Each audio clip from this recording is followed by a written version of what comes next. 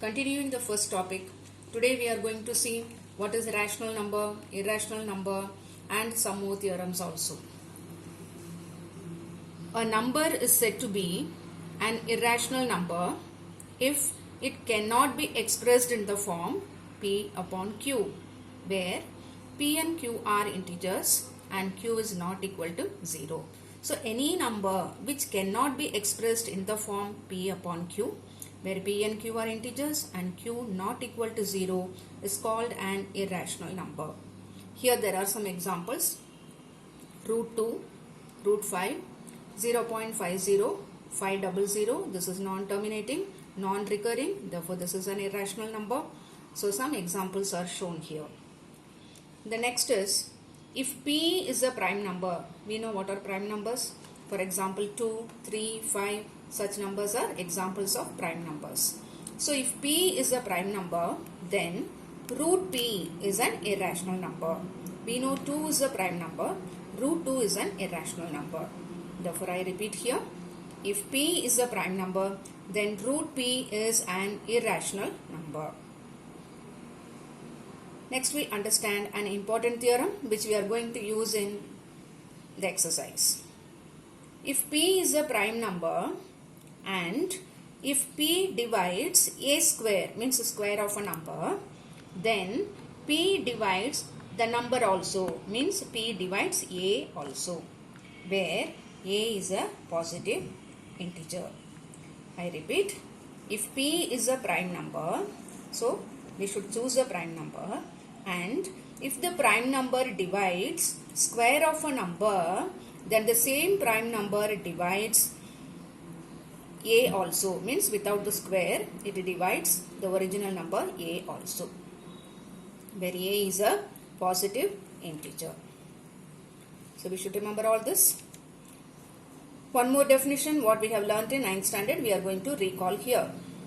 A number is called rational number if it can be written in the form P upon Q, where P and Q are integers, Q the denominator not equal to 0, and P and Q are co-prime. We are very familiar with this definition which we studied in 9th standard. So any number which can be written in the form P upon Q, where P and Q are co-prime integers, they should be co-prime. So common factor should be only 1, not any other number, and Q is not equal to 0, is called a rational number. So in short, the number which is not rational, we can call it as irrational. So we should remember the definition of rational. The number which is not rational is defined as irrational. Easy to remember. Some examples of rational number. Here I have taken the number 5 upon 4. You can see 5 is an integer, 4 is an integer, and 4 is not equal to 0. And 5 upon 4 is in the simplified form. So if you see the common factor of 5 and 4, it is only 1. Therefore we call 5 and 4 are co-prime. Therefore 5 upon 4 is an example of rational number. Similarly, if you consider minus 25 upon 1, the numerator is an integer, denominator is also an integer. Check the common factor. You can see it has only 1 as the common factor. Therefore, minus 25 upon 1 is an example of rational number. Theorem over here, that is proving root 2 is irrational. The question is, prove that root 2 is irrational. In proving theorems, there are different methods called direct method and indirect method. So here we are going to use the indirect method. We are going to assume the contrary, hence we are going to bring the result called indirect method. So here I have assumed, let us assume to the contrary. Contrary means the result which we are not supposed to prove. Contrary, that is root 2 is rational, opposite of irrational. We have assumed if root 2 is rational. Because we have assumed root 2 is rational, this root 2 can be expressed as a upon b according to the definition. A and b are co-prime integers and b is not equal to 0. Cross multiplying, we are getting a is equal to root 2b. If you take square on both the sides, we get a square is equal to 2 times b square. So we find here a square is a multiple of 2. Any number which is a multiple of 2 is divisible by 2. Therefore, a square is divisible by 2. Just now we studied a theorem. If a prime number divides a square, the same prime number divides a also. So here a square is divisible by 2. By the same theorem, a is also divisible by 2. Because a is divisible by 2, it is a multiple of 2. Therefore, a is expressed as 2 times c, where c is also an integer. Again squaring this step, a is equal to 2c, we get a square is equal to 4 times c square. But a square we have found in the first result as 2 times b square. So substituting the result of a square here as 2b square, we get 2b square is equal to 4 times c square. Simplifying this, we get b square is equal to 2 times c square.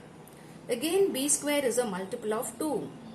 Therefore, b square is divisible by 2.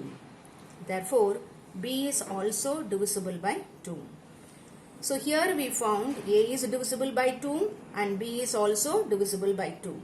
Therefore, a and b both are divisible by 2 means they have at least 2 as a common factor. The contradiction to a and b are co-prime. What do you mean by co-prime? It has only one common factor 1. But here we got 2 also as a common factor. Therefore, it is a contradiction to a and b are co-prime. Therefore, our assumption root 2 rational is a wrong assumption. Therefore, we conclude root 2 is irrational. Exercise 1.3. Prove that root 5 is irrational. Just now we proved root 2 is irrational. Similarly, we are going to prove root 5 is also irrational. So as before, we are going to assume root 5 is rational. Because we have assumed as rational, it could be expressed in the form a upon b, where a and b are co-prime integers and b is not equal to 0. Cross multiplying, we get a is equal to root 5b. And again, by the same way, squaring on both sides, we get a square is equal to 5 times b square. So this a square is expressed as a multiple of 5. Therefore, we understood that a square is divisible by 5. 5 is a prime number. So if a square is divisible by a prime number 5, a is also divisible by the same prime number 5. Therefore, a can be expressed as 5 times c because it is a multiple of 5, or we say divisible by 5. Squaring on both the sides, we get again a square is equal to 25c square. Already we have found what is a square in the first result, which is 5b square, that we are substituting here. Therefore, we get 5b square is equal to 25c square using first result. So here simplifying, we get b square is equal to 5 times c square.